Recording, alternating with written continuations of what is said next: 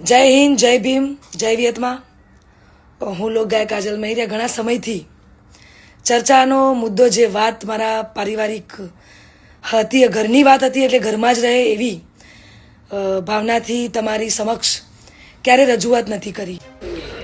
તો નમસ્કાર મિત્રો, ફરીથી સ્વાગત છે એક નવા વિડીયોમાં. તો હમણાં જ લોકચર્ચિત જે લોકગાયિકા કાજલબેન મહેરિયાનો લોકચર્ચિત જે કેસ હતો, જે એમના ભાઈએ ઉગ્ર બનાવ્યો હતો, એ મુદ્દામાં આપણે રૂબરૂ કાજલબેન મહેરિયા લાઈવ થઈને એ વિષય પર ઘણી બધી ચર્ચા કરી છે. તો તમે જોઈ શકો છો મિત્રો, કાજલબેન મહેરિયા કેવા કેવા આક્ષેપોને ફગાવી રહ્યા છે, ને એમના હસબન્ડ અલ્પેશભાઈ પર કરેલા આક્ષેપો અને એમને આપેલી મારી નાખવાની ધમકી વિશે શું કહી રહ્યા છે. મિત્રો વિડીયો જોવો, પૂરો જોવો. વિડીયો ગમે તો ચેનલને લાઈક કરી, શેર કરી અને કમેન્ટ કરી દેવી વિનંતી. થેન્ક યુ મિત્રો. જય હિન્દ, જય ભીમ, જય વિયતમાં. હું લોકગાયક કાજલ મહેરિયા ઘણા સમયથી ચર્ચાનો મુદ્દો જે વાત મારા પારિવારિક હતી, ઘરની વાત હતી, એટલે ઘરમાં જ રહે એવી ભાવનાથી તમારી સમક્ષ ક્યારે રજૂઆત નથી કરી. પરંતુ આજે હદનો છેડો પાર થઈ ગયો હોય એવું મને લાગે છે. આજે વિડીયોના માધ્યમથી જણાવું છું કે ગત તારીખ 10/10/2025ના રોજ મેં મારી મરજીથી અને પૂરી સ્વભાન અવસ્થામાં ભારતીય સંવિધાનના નિયમો અનુસાર ભારતના સ્વતંત્ર નાગરિકતાના નિયમ મુજબ પુખ્ત વયે મેં મારી મરજીથી અલ્પેશ જોડે લગ્ન કર્યા છે. ના કોઈ ધાકધમકી કે ના કોઈ દબાણથી કર્યા છે.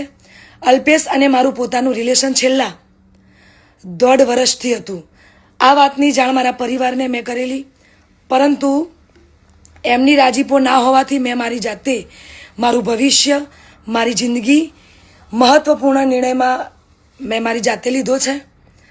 એ બાબતે મારો પહેલો ઘણો કે છેલ્લો ઘણો જવાબ આજ રહેશે અને આજ હશે. તો ખાસ જણાવું છું કે અમે બંને રાજી ખુશીથી રહીએ છીએ. હું મારી આ પર્સનલ વાતમાં ના કોઈ સમાજને કે ના કોઈ વડીલોને ગેરમાર્ગે દોરવા નથી માંગતી. એટલે હું સનાતન ધર્મમાં માનું છું અને સનાતન ધર્મ પ્રેમી જનતા પાસે સાથ અને સહકાર માગું છું. અને ખાસ એ વાત કે હું ધર્મ પરિવર્તન કરવા નહોતી માંગતી, એટલા માટે અત્યાર સુધી હું ચૂપ હતી. આ નિર્ણય પર અડગ રહી છું એનું કારણ કે હું સનાતની છું અને મારા પરિવાર દ્વારા અલ્પેશ અને મારા પર જે આક્ષેપો નાખવામાં આવ્યા છે, અલગ અલગ ધમકીઓ, મારી નાખવાની, ઉપાડી દેવાની, આ બધી ધમકીને અને ખાસ કે મારા સાસરે એટલે કે શેરથા જઈને જેમ તેમ બોલી અને ધમકીને આપી બધી વાહિયાત વાતોથી કંટાળીને તમને બધાની વિડીયો દ્વારા જણાવું છું. અને આજ પછી આવી કોઈ પણ ફાલતુ વાતોનો મારે જવાબ આપવો પડે એવું હું જરૂરી નથી માનતી. તો પ્લીઝ, આજ સુધી મેં લોકોનું અને મારા પરિવારનું જ વિચાર્યું છે, પણ હવે હું મારું વિચારીશ. આ ઉપરાંત કોઈ પણ ખરાબ કોમેન્ટ કે હેરાનગતિ પહોંચાડશે તો ભારતીય ન્યાયતંત્રની મદદથી કાયદેસરની કાર્યવાહી કરવામાં આવશે. જય હિન્દ, જય ભીમ, જય વિયતમાં.